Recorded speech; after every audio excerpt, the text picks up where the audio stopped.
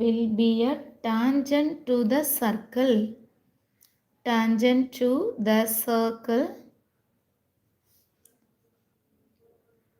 is formula c square is equal to a square 1 plus m square. இதான் formula. c value தான் என்னன்னு சொல்லி find பண்ண போகிறோம். c square is equal to a square. a square பிளேஸில் 9 copy பண்ணிக்கலாம். 1 plus m square. m பிளேஸில் 4 copy பண்ணிக்கலாம். So answer 9 into 1 plus 4 4s are 16. 9 into 16 17. இங்கே c ஸ்கொயர் இருக்குது. ஸோ c ஸ்கொயர்னா இங்கே 9 கூட எப்படி எழுதிக்கலாம், 3 ஸ்கொயர்னு எழுதிக்கலாம்.